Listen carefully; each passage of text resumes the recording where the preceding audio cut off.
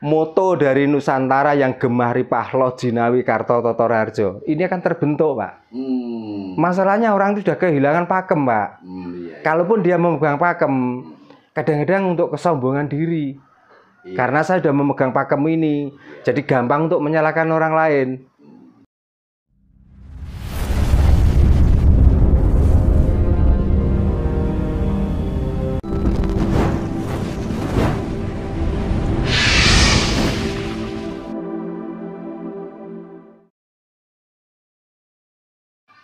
Semoga harapan ke depan ya semangat untuk mengembalikan bahasa kita, menjunjung bahasa kita ini muncul kembali. Ya, saya percaya dan yakin itu akan muncul. Gitu.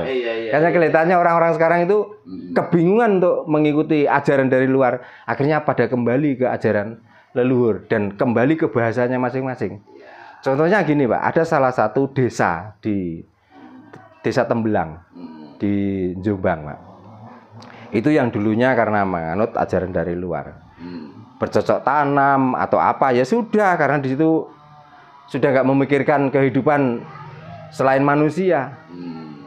Tapi setelah belajar dari Kapitan Jawa, akhirnya kembali ajaran itu dan budaya itu. Mau bercocok tanam, dia bersedekah dengan mengadakan bucengan, tumpengan, sesaji dan lainnya. Akhirnya orang-orang yang di sampingnya yang mau bercocok tanam dan lain sebagainya kan nggak semuanya orang itu sudah sarapan, Pak. Tapi dikala ada orang yang bawa buceng, dikala ada yang membawa saji, orang-orang itu diundang. Akhirnya sekarang budaya itu sudah dikembangkan dan pertanian di sana semakin kuat. Dan orang sudah nggak bercocok tanam dengan sungguh-sungguh karena perut kenyang. Benar. Lah dulunya mau bercocok tanam disuruh tirakat, badan lemes dan lain sebagainya. Akhirnya apa hasilnya? Malah hatinya kufur dengan melakukan seperti ini, kok tanaman malah nggak makmur, nggak bisa panen yang seperti diharapkan. Tapi dengan adanya bancaan, dengan adanya sesaji dan lain sebagainya, setiap mau mengerjakan pekerjaan tani itu perut kenyang, semangat. Yang dulunya katakan satu petak itu membutuhkan pupuk 4 sak katanya, sekarang cukup 2 sak. Sudah mampu untuk menghijaukan tanaman itu. Masalahnya apa? Karena perut kenyang, akhirnya ada rumput, ada binatang yang pemakan padi itu. Dia rumputnya diambil, binatangnya disingkirkan, nggak dibunuh, Pak, disingkirkan, ditaruh di kali dan lain sebagainya. Dari situ. Tapi yang ajaran dulunya disuruh tirakat, disuruh meminta terus. Bertahun-tahun, dan sekarang 4 tahun setelah mengenal ajaran Jawa. Ini fakta, Pak, saya nggak ngomong kosong, bisa dicek langsung ke sana. Dan tokohnya namanya Pak Sugeng. Dia selalu belajar di tempat saya ini. Sepertinya kalau saya melihat ya munculnya beberapa suku bangsa di tanah air ini tentu bisa berkembang begitu besar sampai kita rasakan sampai saat ini. Saya berpikir tentu ada pakem yang dipegang. Gitu.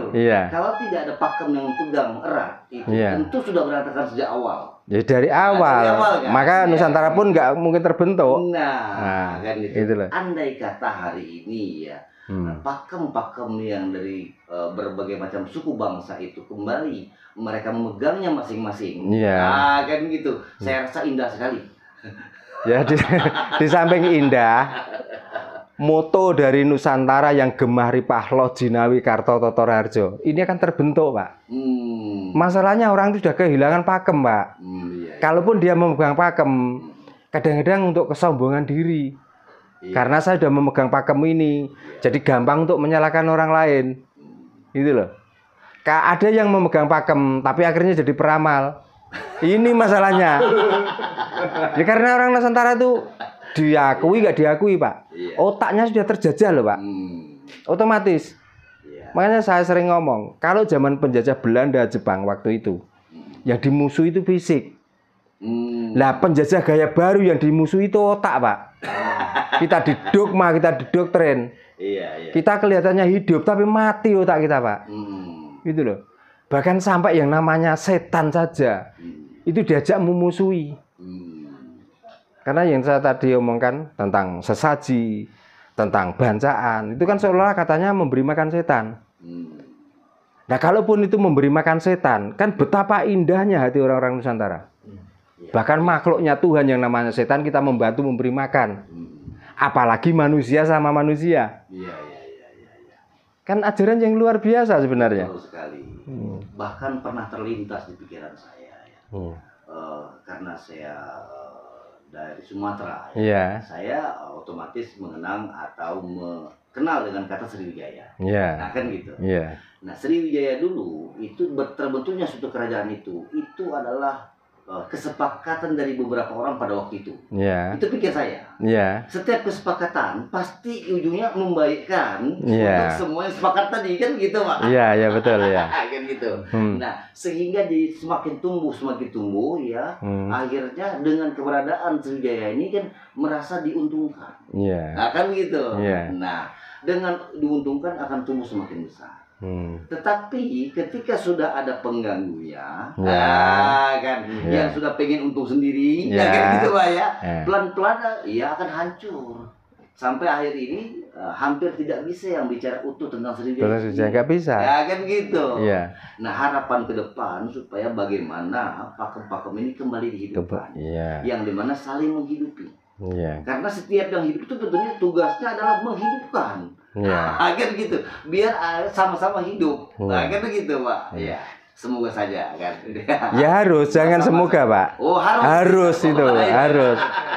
Nah caranya gimana? Karena yang menghancurkan kerajaan-kerajaan masa lalu yang sudah terbentuk dan sudah tertata rapi dan sudah bisa memakmurkan rakyatnya. Ini karena kedatangan benalu. Maka bagaimana cara kita untuk menyingkirkan benalu ini? Gitu. Yang belum lama cerita tentang Mojopahit. Siapa orang yang menghancurkan tentang Mojopahit? Apakah negara lain? Coba kira-kira. Kan enggak. Kan tetap orang yang memaksakan tentang penjajahan otak itu tadi. Nah itulah yang saya anggap benalu. Bapak dari Sumatera jauh-jauh ke sini ke Jawa untuk mencari kebenaran. Apalagi saya orang Jawa, Pak.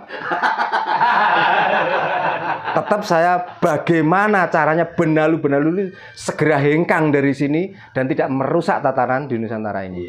Untuk supaya kita bisa kembali dan kita bisa bangkit.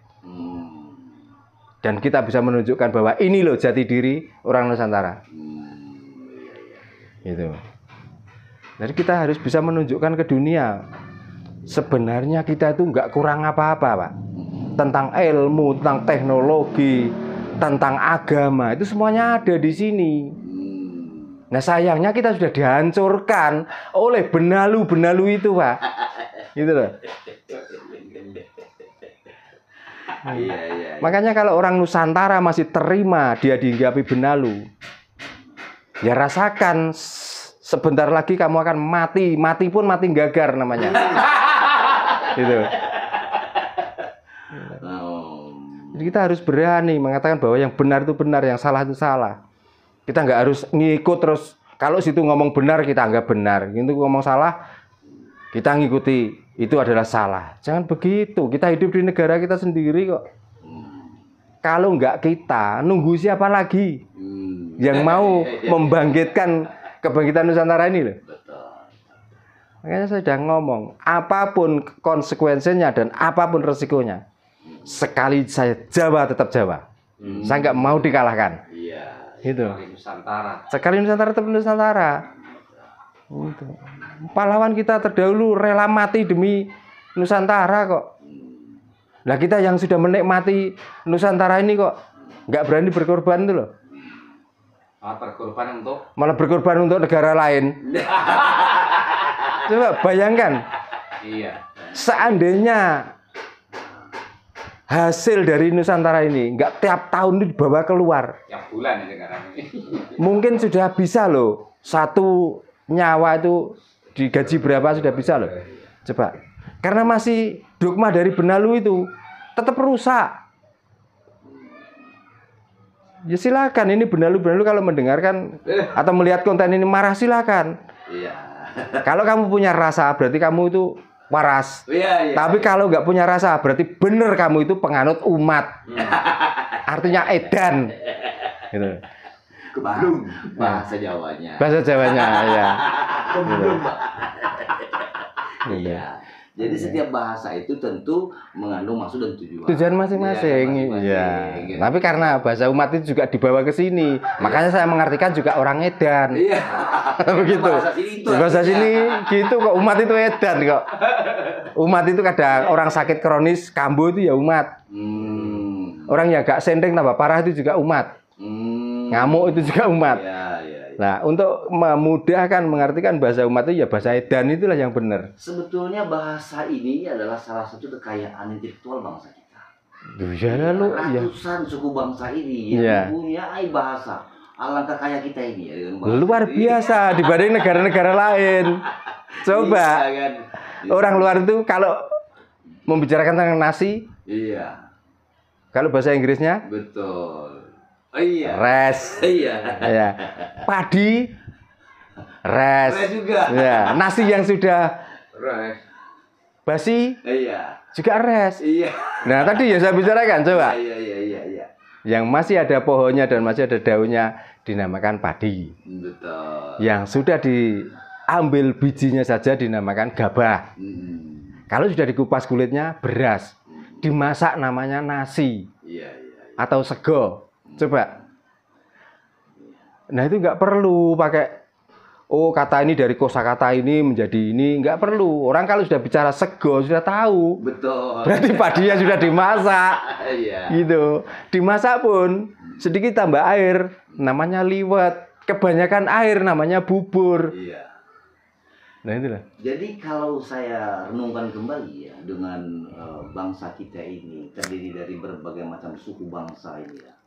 Dari Sabang sampai Merauke ini ratusan suku ya. Bahkan mungkin ada aksaranya ya. Berarti sangat berwarna sekali bangsa kita ini ya. Sangat meriah sekali ya, Pak. Orang yang merasa kita di negara yang sangat rendah ini adalah orang-orang penganut umat, Pak.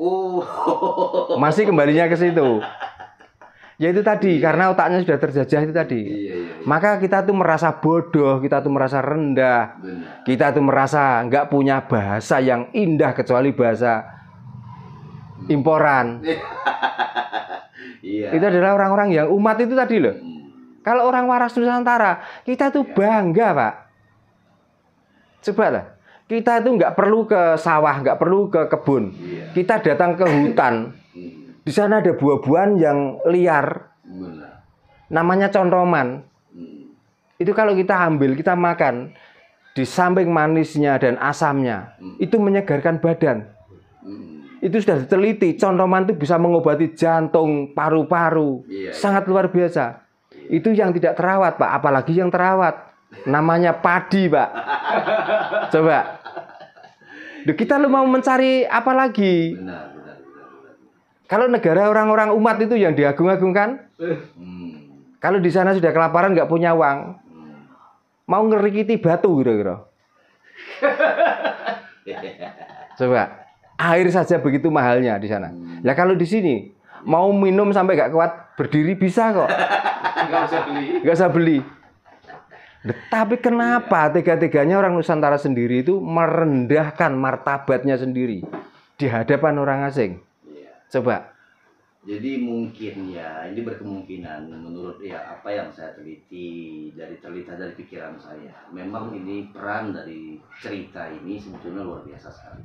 Iya, Pak. Dan semestinya ya sudah waktunya pun kita sebagai bangsa sendiri di sini ya bercerita tentang bangsa kita sendiri. Ya mestinya begitu. Nggak perlu kita tuh menceritakan bangsa lain. Nah, gitu. Apalagi dengan bermacam suku bangsa dan bahasa dan aksaranya. Tentu ada juga kebudayaannya kan beraneka ragam. Ya beraneka ragam. Untuk tujuannya keutuhan bangsa itu sendiri. Bangsa itu sendiri. Karena mereka saling melengkapi.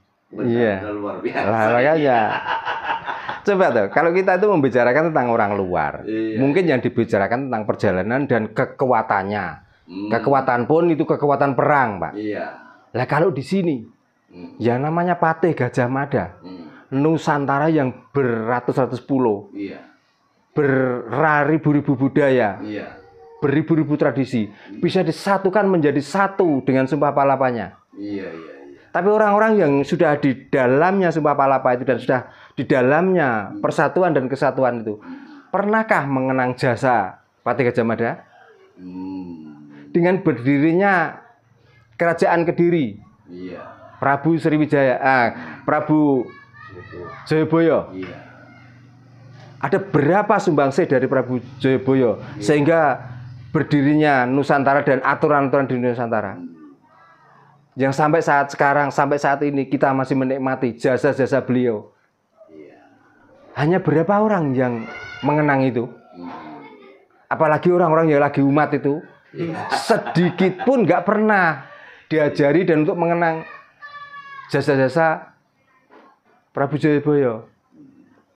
Prabu Sriwijaya, yang dia menjadi cikal bakal berdirinya Nusantara, melahirkan beberapa kerajaan-kerajaan yang besar di Nusantara. Apa kira-kira ada pelajaran tentang Prabu Sriwijaya? Iya, nyaris. Hanya sedikit, ya termasuk kita, jenengan ini, cumaan. Nah, kebetulan kita dan jenengan tuh nggak mempunyai kekuasaan apa-apa, Pak. Maka kalau melihat channel seperti ini, dianggaplah kita itu orang gila. Padahal kita sekuat tenaga loh untuk ngeleluri atau melestarikan budaya itu.